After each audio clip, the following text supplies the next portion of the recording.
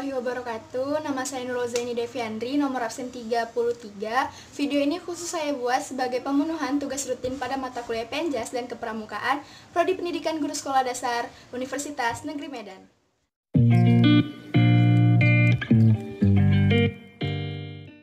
Baik, di video ini saya akan menjelaskan materi tentang tumbuh kembang anak.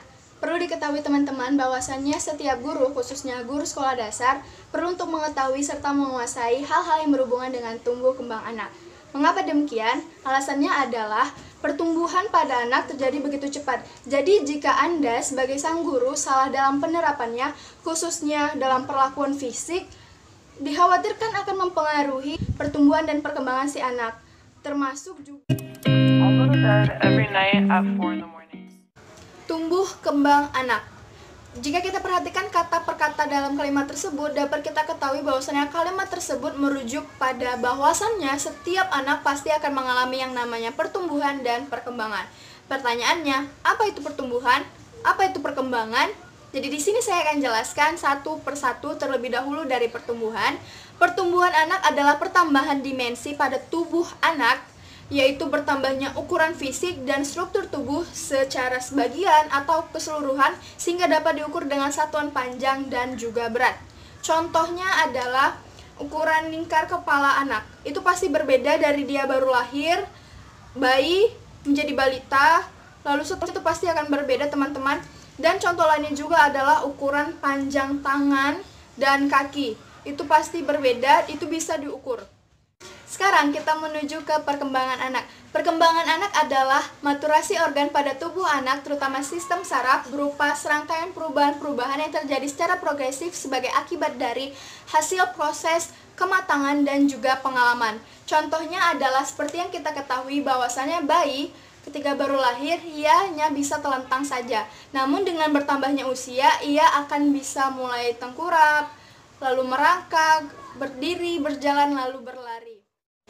Teman-teman, guru sekolah dasar haruslah menguasai banyak bidang studi, khususnya semua bidang studi yang ada di sekolah dasar, termasuk pendidikan jasmani di SD. Di dalam pendidikan jasmani SD, ada berbagai macam gerakan yang harus dikuasai sang guru, yaitu gerakan lokomotor, non-lokomotor, manipulatif, dan non-manipulatif.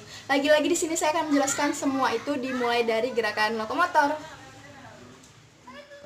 Gerakan lokomotor adalah gerakan berpindah tempat di mana bagian tubuh tertentu atau bahkan keseluruhan tubuh melakukan gerakan hingga berpindah tempat. Contoh dari gerakan lokomotor ini adalah berjalan, berlari, mencongklang, meluncur, dan melompat.